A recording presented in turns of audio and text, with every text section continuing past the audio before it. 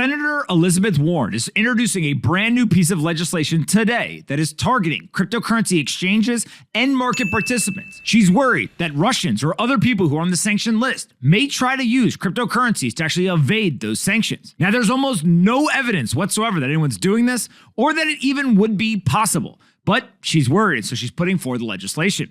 That legislation promises to do three core things. The first is that it would grant the Treasury Department the ability to prohibit exchanges under U.S. jurisdiction from processing transactions involving addresses affiliated with Russians.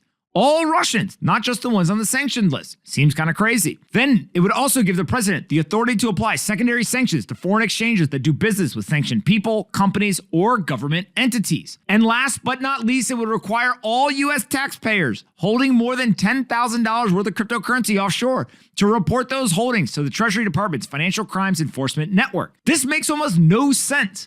Why are we making U.S. citizens reveal and give up their financial privacy simply because we think maybe possibly there might be a chance that somebody would use cryptocurrencies to evade sanctions? Well, if we go ahead and we look at this quote from Elizabeth Warren, she said Putin and his cronies can move, store, and hide their wealth using cryptocurrencies. We can't allow them to fund Russia's war against Ukraine and evade our economic sanctions by using crypto. We haven't seen a single report of anyone saying they're doing this. We haven't seen any exchange say that they're going to allow them to do this.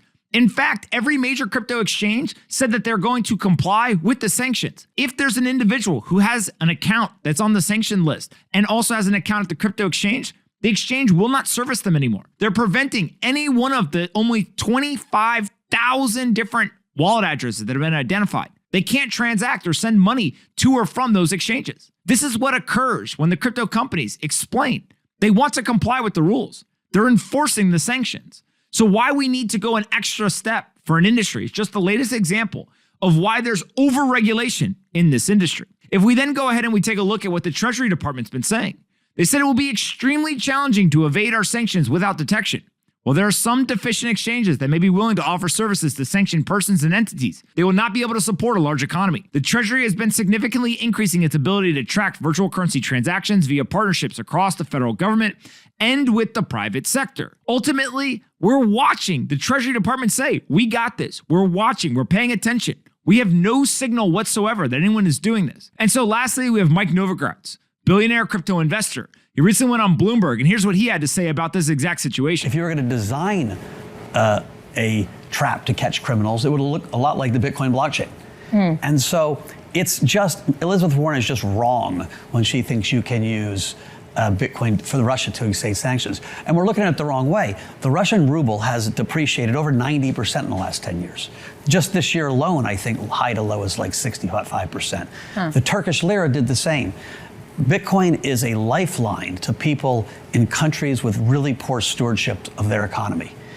And we should be thrilled that Russians can get some of their money in Bitcoin so they're not completely broke holding worthless rubles. Now, I tend to think that Mike Novogratz absolutely nailed it. It would be nearly impossible for a criminal to go use Bitcoin to do any sort of activity and not get caught. What we are watching is a public ledger that is auditable by anyone in the world. It's immutable. It means it never will change. People will be able to go back 5, 10, 15, 20 years from now and still see every single transaction and be able to publicly audit it. That doesn't sound like a system a criminal wants to use. And of course, Bitcoin is that lifeline, as Mike described. Bitcoin is providing an outlet for people in Ukraine, Russia, and elsewhere around the world. Anyone with an internet connection can now store their wealth in a digital location that no one else can confiscate or censor them.